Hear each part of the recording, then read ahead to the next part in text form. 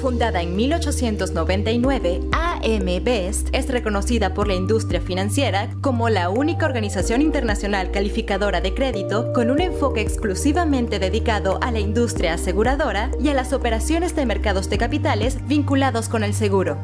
Las calificaciones crediticias de Best son un punto de referencia que ayuda a la industria financiera y a los consumidores a evaluar la fortaleza financiera, la solvencia y la capacidad de una aseguradora para hacer frente a sus obligaciones. La transparencia metodológica, así como el proceso interactivo de calificación de crédito de Best, implica una profunda interacción entre la compañía calificada y nuestro equipo analítico, a fin de realizar un análisis exhaustivo de la fortaleza del balance, el desempeño operativo y el perfil de negocio. Como el proveedor líder mundial de calificaciones de solidez financiera para las aseguradoras, AM Best es también una fuente confiable de información y datos del mercado de seguros. Nuestros recursos analíticos, liderazgo de opinión y cobertura de noticias ayudan a las aseguradoras, a los corredores, a los consumidores y a la industria financiera a tomar decisiones comerciales más informadas.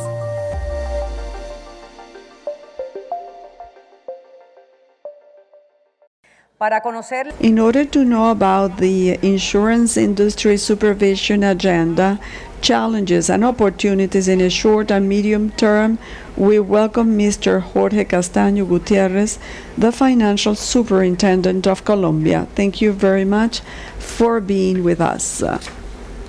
You have the floor.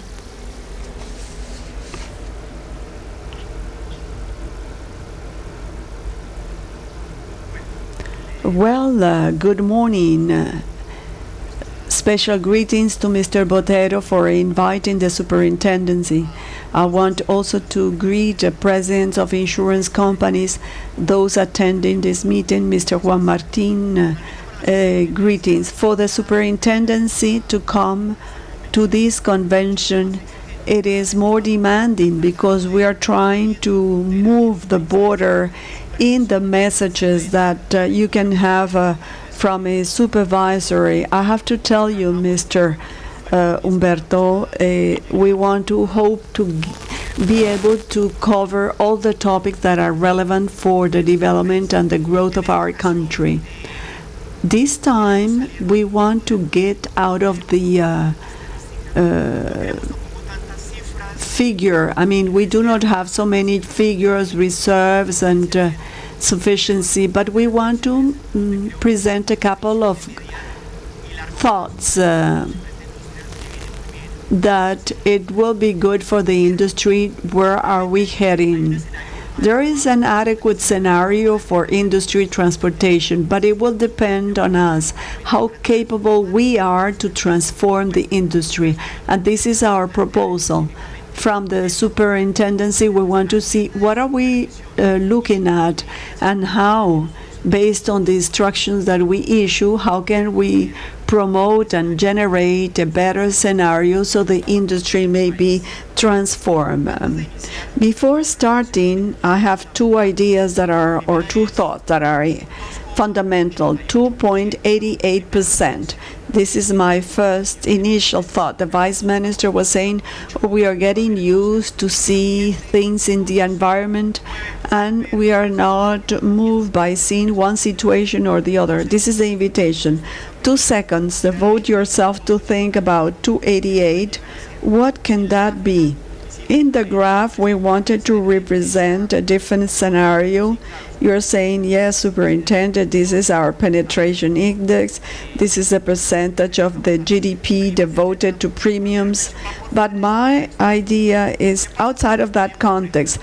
Let's see if we assume a family that we are all responsible, and of that family, only 2, but not 3, because this figure has a mandatory insurance where that penetration index doesn't work.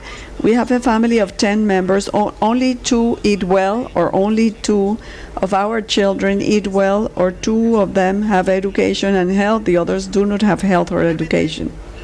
So the possibility to think about the well-being of that family and the responsibility we have, and the idea of being qualified as a public interest, Are we making a good task? Are we moving forward? I would like to acknowledge the efforts of the industry, but I think that the commitment with the country, Mr. Jorge Humberto, the minister, the president, yesterday were saying that 288 should move us so the members of the family, all of them, could get to have a protection scheme where the most difficult situations could be transferred to schematic that will help us to have well-being. And that family is Colombia. That family is part of what you and so that this 288 will stop hurting. This 288, if you go to a school, a specific qualification, 288 will affect us. It can be ambitious in this goal of moving forward so that this family and to have a better quality of life. A second element faced by this industry, specifically in these thoughts, is associated to how much are we prepared to structural changes. And it gets a good timing. Demographic change, the digital society, the additional thought to that first pending task of moving forward to have a better coverage. There are 4 elements. You can have more, but we do not want to gather all of them. It can be more, but these 4 for us are fundamental. The information, I do not want to get deeper into this, but this is an industry that needs to improve the information management capacity. When you subscribe and the data from the perspective needs a fundamental progress to be able to have from the supervisor optics, you facilitate cloud computing. From today, the standards that Colombia wants for the financial system to have the capability of taking not only processes, but what is decided in the business plan to the cloud. So you need to have a value that will be greater to what we have seen. This is a challenge for the supervisor. Those that have a visit, you have let me see what the hardware where you store the data, how is this process? Now interacting with a technology provider that it has a different standards. All the insurance company lawyers said, the super will not allow us to move there. It's better not to open that area. I want to tell the industry that we are aware the legacy is too costly at the organization level. We want a digital transformation, so we need to open some room to take advantage of advantages and development that we have available at other levels. When we analyze this element, everyone at the supervision will tell us, Superintendent, this is fine to have a big data assessment, to have a computer at the cloud, but we are exposed to additional risks. In general, new vulnerabilities are fundamental in these thoughts about structural changes.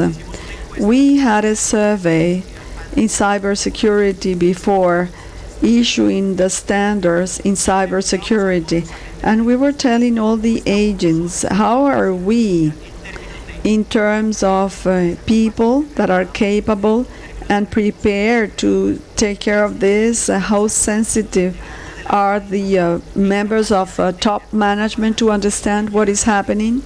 And there we have a long path.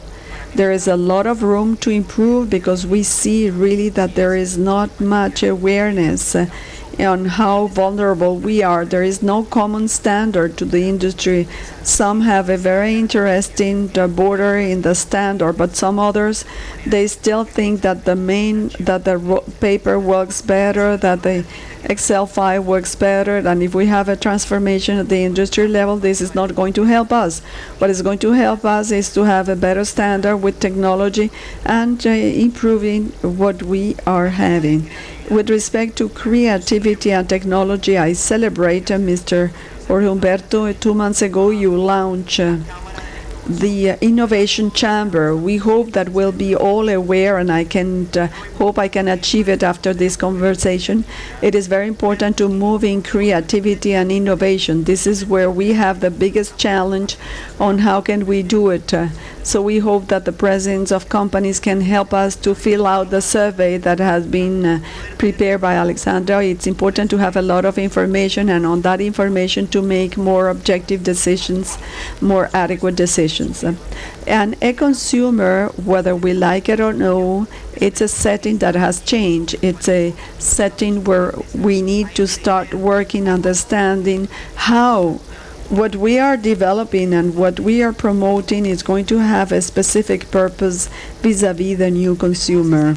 So in that scenario, I believe that challenges are many, not only for the industry, but for the supervisor, because every time we move out from that comfort zone, we have fears. We have some fears that are really based, some others should not be considered, and to move on as a financial superintendency. There is a current scenario that is ready to transform, to have this transformation. Players at global level, we have around 25 or 27 companies, foreign companies, and we have a number of 19 companies that are being local companies. We have insurance groups that are consolidating their business, reinsurance. There is an interesting transformation from the industry standpoint. We have new entities, but the ones arriving are transforming their business. I have said that we're working on a pilot plant and an insurance company that will have the capacity of being 100% virtual. We're working on this in order to help the market and to be able to demonstrate that not only the superintendency but the industry is capable of thinking beyond what we have been thinking on. And finally, the players that are coming in are getting into specific segments that you know very well, which are them. This market dynamic is leading us to a conclusion, is that we are in an attractive market. We have the capacity of having a country with more products and more services from the insurance market standpoint that will help us to move on. We have a solid industry. I would like to acknowledge as well in this scenario, Mr. Humberto, what the effort made by the companies. We wanted to move towards international standards. We decided to have a more solid framework in the area of reserves and equity. What we are looking is at the important effort that we have had. We have the figures about solvency and support of reserves, and this provides a scenario to continue thinking about the following step or the following level. But we are a relatively solid industry moving forwards in the correct direction. Nevertheless, but not everything is positive. What we are bringing in here is the business focus of the different entities, but mainly the efforts that we are seeing are moving towards mandatory insurance. We have some thoughts about how are we moving in the mandatory aspect or not mandatory aspect. If I check the figures of the last years, where the industry had a specific growth of 11.8%, 11.5%, or 12% for the different branches, look at the behavior if we compare June 2017 with June 2018. For infrastructure, somebody would say, oh yeah, clearly, but you know that this happened, but the answer that the country is waiting of an insurance company is not that I will not fit into that branch. The risk management experts is you, and what we are expecting is that we will be capable of having a better control of that risk. It's not that our initial response is that I prefer not to have that segment or the other one. We also have a behavior that is quite a negative one, and in health, what else can we do with the figures that we have there? So our thought toward challenges and structures is basically associated to, okay, we have the mandatory insurance, we should have a public policy program associated towards having different mandatory insurance, maybe flood insurance such as they have in the US, and mandatory programs to face climate issues. Maybe we have something of that nature, but the industry will have to move toward different considerations. If I set as a starting point 2025 today, this is our industry setting. This is a perception of the supervisor in general terms. You're saying maybe I'm not reflected, I do not see myself in that chart, but this is what in general the industry is showing. A lot to work with. We need to have a more competitive environment. We have moved forward in sustainability. We're going to have the need of moving forward. And with respect to the speed, we have an industry system, a market that will be more inclusive, and the biggest challenge to be more reliable in a different setting that I do not control, and more reliable in a world where the final destination of my product is not the same. We have to acknowledge important progress in solidity. Today we can think and we can have the task of how can we be more competitive, more reliable, because we have the first level. The initial conditions are there in order to stand to think about a more solid industry because we're sustainable, but we have more elements and we need to work with them. What is required to move on based on our perspective? It is important in a agenda like we have been doing with this industry. Basically, the supervisor has identified, as it's done by the industry and in general way, there is a new setting. This is nothing new. The new setting is there, but that setting is not controlled by me. And to continue thinking that today I develop a product to be able to sell to the biggest number of people is not the adequate approach and not the correct approach for a digital transformation. There is a setting, and I have no capability of having an influence. I can swim against we have a change in the population. We have news that show us that we are different. And in that new setting of control, we see things, and these are important challenges. And the industry should go from the product to experience, and I'm telling you how we see that from the superintendency standpoint, to go from a insurance time. We see the videos, the sensitivization or awareness. It's good to have insurance, but the person that uses an insurance, they do it in a stressed time, at a difficult time, when they are only interested by other things and not that the industry will respond as they should. Insurance industry is moving at the international level to think how is the life cycle of a consumer, and not necessarily the only time I have a link, I have a specific consideration, and we will meet again at the end of the policy or when there is a claim. So this new setting cannot be controlled by me, but I have to be aware of what can I control in order to focus on that transformation. The processes must be based in technology. From the superintendency, we would like to promote process flexibilization. We want to promote new technologies, synergies at the industry level, so it will be easier to have the digital transformation process. It cannot be that the financial superintendency will be the obstacle. We want to support, we want to collaborate, but not only we're going to do it ourselves. There is a basic point here. If the industry itself doesn't generate a change of culture, if within the organizations we are not able to transform ourselves, the effort that you will be making, or the efforts by the state through regulation, through supervision, it's not going to be enough. If we cannot move forward in improving the chip of having different people to be coherent when relating to the customer, it will be very difficult to have a consolidation of this transformation. In this first point, very quickly, at the industry level, you know the model, the business is changing. Supervision has also must change, and they have to move and understand that there are some processes or understanding that is different on how the industry is being related. This data with done a calculation is providing the different profiles of customers.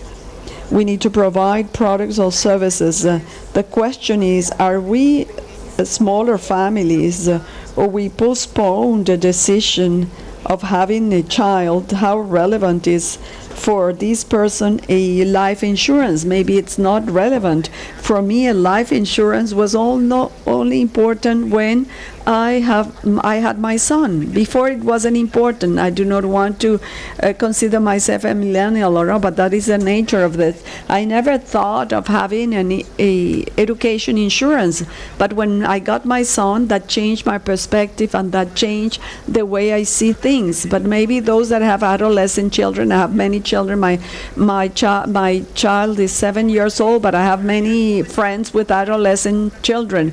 For me, it was very important to have the freedom of moving around.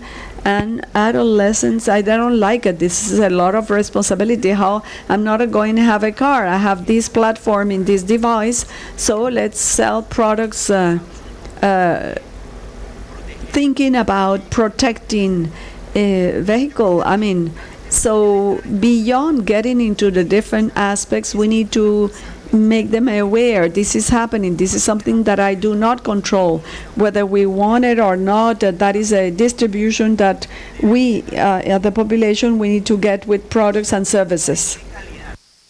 Transparency and quality. Today, more than ever, that's an element that is going to decide the capability of these people in order to be loyal. People say that millennials are not loyal to anyone. I think that people are loyal to something that adds value. In the past, a brand will add value. So German car manufacturers are well known because they have high quality standards. But today, large companies that manufacture vehicles are seeing what's the best thing. If it's the experience they're offering, now you have oh my God.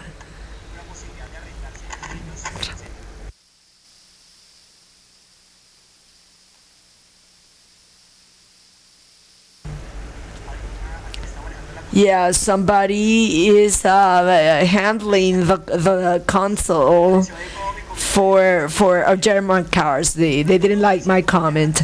Okay, so transparency is going to become increasingly important. An invitation to intermediaries, that an insurance company wants to work with an intermediary. Let's give actually more transparency to financial consumer. Let's give more quality in what we are covering. Financial consumer is waiting for that to get their products personalized or customized. As superintendency, we believe in branches, and that is what we are analyzing. Well, what's, for example, the branch? If it's a liability, if it's ABC, protect me from this. In the meantime, the superintendency is approving some branches in order for that entrance to be well done. See if at the superintendency we are not going to approve branches or sections. Let's see if we talk about protection. Otherwise, we're not going to have customization in the products. So here, there is an important contribution. When it comes to immediate action, I think that the discussion went farther than the 30 days to pay an accident.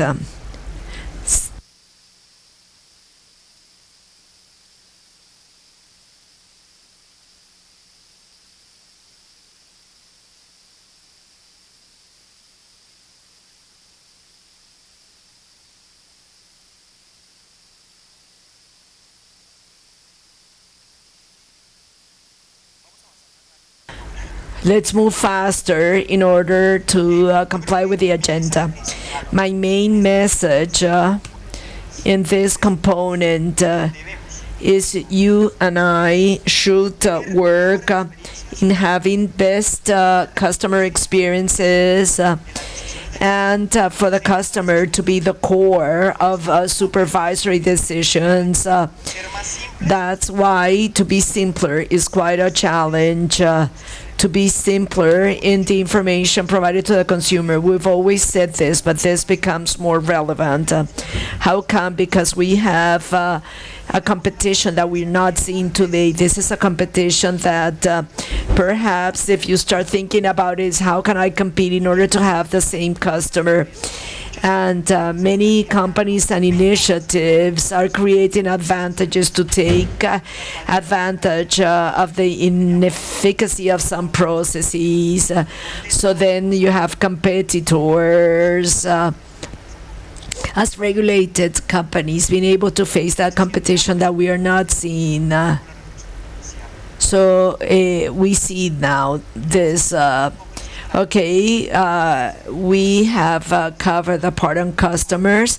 That was taken from a study that was conducted by the Mexican Insurance Companies Association, but it coincides with what we've been working on at the superintendency. A client that is going to have the need to be with a mobile phone all the time. I mean, we're not going to highlight the use of the mobile phone, but just the possibility to get everything through a mobile phone, and it is a customer that is informed. Nowadays, people are informed more through peers and social networks. So consumers, they want to be loyal, but loyal to another consideration. They socialize and have an influence. Yes, that's increasingly happening. I mean, it's an important challenge for that industry, all those comments made through social networks. So let us think that if we have a new customer and if we have the need to pass from products to experiences, then the value concept cannot be at the moment they join the insurance company, at the moment they pay for the accident. So what happens between the payment of the premium and the claims? How capable am I of being in permanent contact with that financial consumer? How capable am I as a company to have available the information needed in the channels needed? For a company, it is very easy to differentiate one service from the other, one channel from the other, but for a financial user, what he or she is looking for is for that process to be the same regardless of how I do it through an internet platform, a correspondent, a mobile phone. So that should not make a difference. So where do we see that? How come we do not have 100% digital link in mandatory services? This becomes increasingly complex. Perhaps you have tried to acquire an insurance SOAT in a virtual way, and it is so difficult because you need to have the property card. You have to certify that you are the owner of the car. So we come up with some myths, and you said, oh my God, how come this became so complicated? Well, we wanted to simplify the process. So when, as a superintendency, we started dealing with that, and it's and they said as a provision of the financial superintendency, you have to submit A, B, C, or D, and it's true. And but then we're always looking for the official letter that sets for that, and we never find it. So if we do not have the interaction there, I think it's necessary. I mean, I know that the topic regarding money laundering is very difficult, and we have a proposal to make progress in that digital process. And also there are some important tools regarding subscription. There's digital documentations, and also multiple channels or one single channel. As to conglomerates, we have also moved forward in that. the office system that was part of the organic bylaw 20 or 25 years ago that doesn't apply anymore. So, I mean, let's not think about an office as a fixed place with X or Y security standards. So then what do we do with our financial consumer? What's the potential value that we are creating throughout his or her life? Insurtech is something being supported by a superintendency. We see this as an ally and not a natural competitor. So everything that's beneficial to embed technology in insurance, all that is more than welcome. These are some tools in which we can move forward. Some companies are doing this already, but we need for this to be an industrial phenomenon and not really a competitive advantage that in which someone desires to move forward.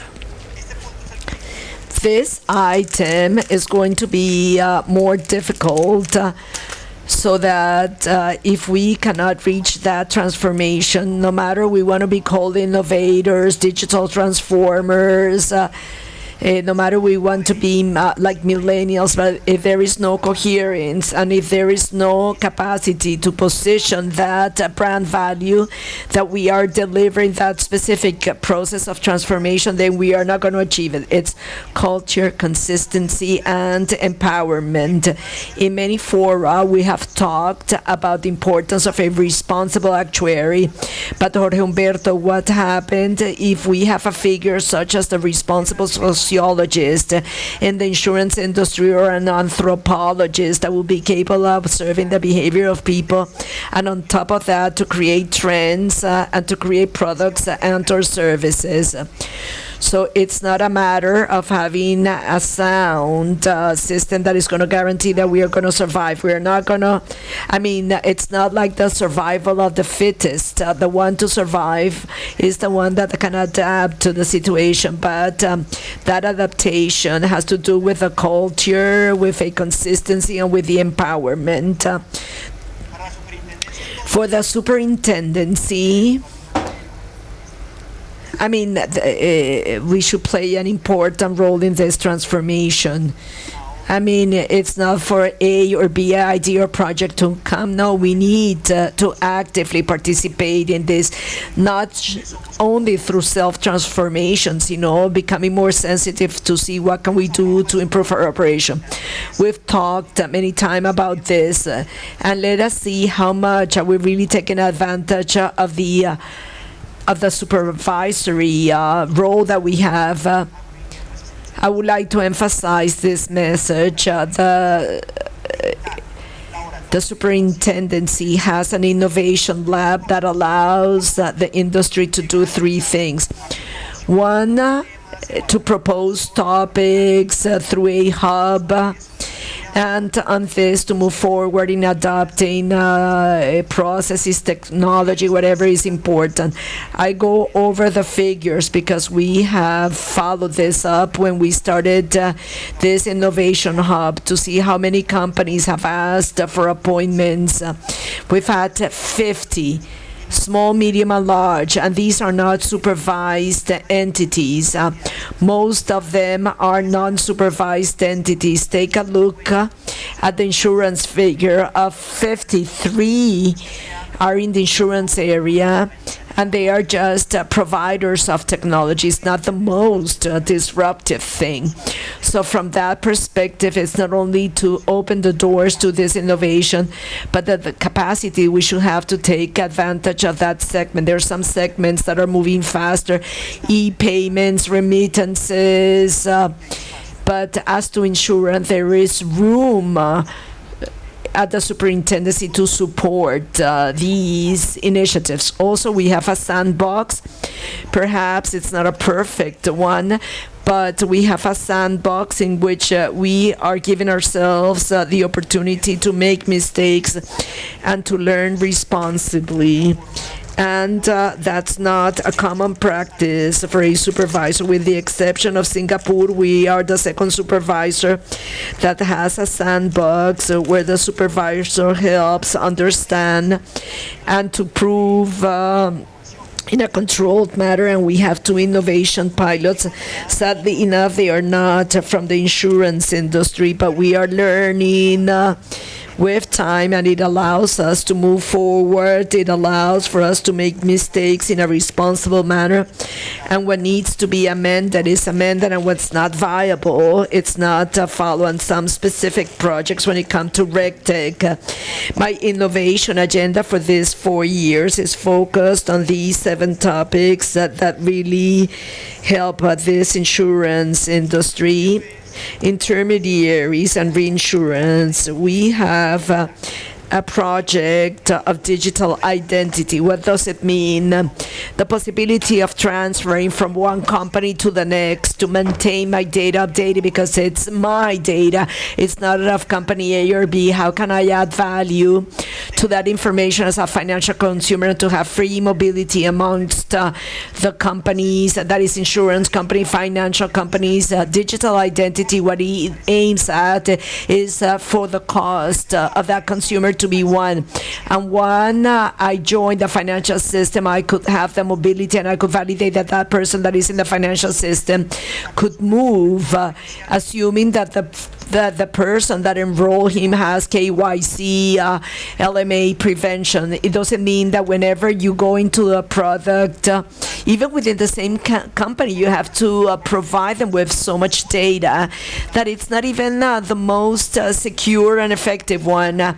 As to digital identity, we are working on the mandatory biometrics. As of March next year, for some transactions in our financial system, we're going to require biometrics. It's not the copy of the ID or citizenship card to validate data that it's in our database, but it's how the fingerprint becomes an element that helps us control risk because of identity theft. So we hope to have the same procedure for insurance companies with easier burdens. Virtual correspondence, I think that's a good idea for this industry. We had correspondence, banking correspondence in the first phase, and in the second phase, insurance correspondence, and now we have mobile financial correspondence. They're called 3.0. We learned a lot from having fixed point and real-time things, but now we have to reach regions and areas in which a fixed point or a connection in real time is not the prevailing characteristic. What happens if we move in order for correspondence to have mobility that will go to that consumer through a platform that is available not necessarily in real time, but that will have an update, and through this vehicle we could offer not only a savings product or a credit product, but also to have an insurance product. Virtual correspondence, as we call them, are going to become very interesting. As to cloud computing, you know that it has been loaded. It's in the media to receive your comments.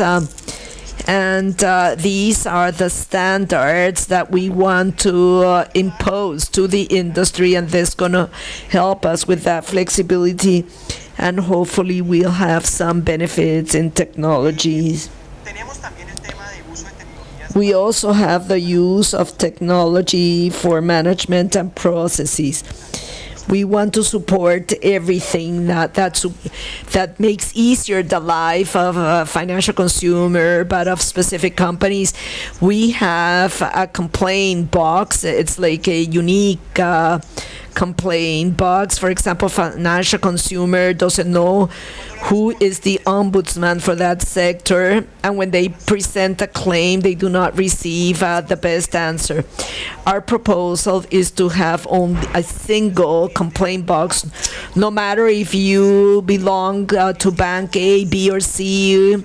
So we should have like a complaints depository, and the cost of the structure should be assumed by the financial superintendency, and then they will distribute the claims to be able how to respond to those complaints, and to have the possibility to answer this to the financial consumer. And there is another project open to users' comments. They were called complaints formats, but now they are consumer experiences forum. We've worked on this with the Bank of Opportunities. We want to thank them. And what's going to make this easier is that we can become very specific at the moment of identifying what's causing a poor experience within the insurance sector. Actually, the behaviors, those practices are the ones that we should have as an objective. And also simplified paperwork. We have mentioned that, and also a project that is suitable to this industry. RegTech, that is the way people can comply with technology, can comply with the requirements. And there is another project that we want to assess, and that is how can we simplify, analyze the way we transmit information to the financial superintendency. We're going to start this project together with Asecolda so that we're going to be able to have a better analysis of the information we receive. How much do we use it? How much do we need it? And what we do not need, we should not ask for, and how much can we use that data in order to improve follow-up conditions of this industry. And this supervisory agenda based on promoting innovation is already there. However, I think that the short-term agenda doesn't stop. Most likely, we'll have news about certain elements in coming days. First, SOAT, which is that insurance. I know that what's been corrected by SOAT, by this type of insurance, is very important. I feel very pleased listening to the desire of the Minister of Health. We thank you for that because we are affected by this and that superintendency. How good are we providing the service? So we have to comply with a difficult task, and that is to establish if the SOAT fee is enough or not. And it is a very difficult task because each year, depending on accident rate, how frequent accidents are, how much are they costing, how much are companies paying, and they have many variables that have an influence on this decision. And it is a responsibility that encourages as a superintendency to continue working in those interinstitutional meetings or tables that in order to improve conditions. As to preliminary exercises, I can say that with the figures we have validated up to now, the changes that we carried out last year enable us to have sufficient fees for next year. If the figures maintain as they are, the SOAT fees adjustments should not be changed. They should not be the only solution to face the problems that we are encountering in this area, but it's good news for the country knowing that the adjustments that we've made help us achieve a sustainability in that fee that is being charged. Secondly, we're open to proposals that a trade association or the industry have. In the area of compliance, we're still working in that understanding on how can we manage this better. Safe housing, you saw the decree of the Ministry of Housing. You can make comments until the 28th of this month.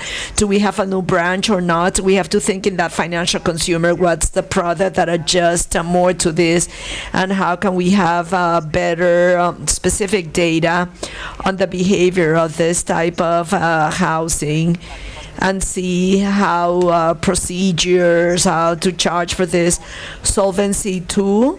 I'm going to talk on behalf of the Ministry of Finance, and the message is to tell you that we continue working in this convergence, basically going over the technical equity and also the preconditions of corporate governance that are necessary in order to have by 2019 and 2020 a work on the way we assess this capital capacity. So we continue working in Solvency II, and we continue working on prudential reserves. We still are lacking the most difficult, but we've made quite an effort. And this will help us close the virtual cycle. This is the information we have to share with you for those who are interested in this presentation. Scanning this QR code, The presentation is going to be in your mobile devices. I want to thank you for your attention. And Jorge Humberto, I think we have 2 minutes left, so we have comply with schedule. Thank you for your attention.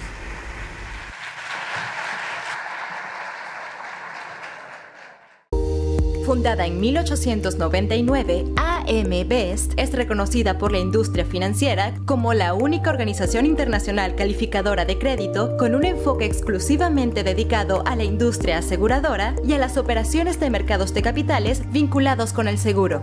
Las calificaciones crediticias de Best son un punto de referencia que ayuda a la industria financiera y a los consumidores a evaluar la fortaleza financiera, la solvencia y la capacidad de una aseguradora para hacer frente a sus obligaciones. La transparencia metodológica, así como el proceso interactivo de calificación de crédito de Best, implica una profunda interacción entre la compañía calificada y nuestro equipo analítico, a fin de realizar un análisis exhaustivo de la fortaleza del balance, el desempeño operativo y el perfil de negocio. Como el proveedor líder mundial de calificaciones de solidez financiera para las aseguradoras, AM Best es también una fuente confiable de información y datos del mercado de seguros. Nuestros recursos analíticos, liderazgo de opinión y cobertura de noticias ayudan a las aseguradoras, a los corredores, a los consumidores y a la industria financiera a tomar decisiones comerciales más informadas.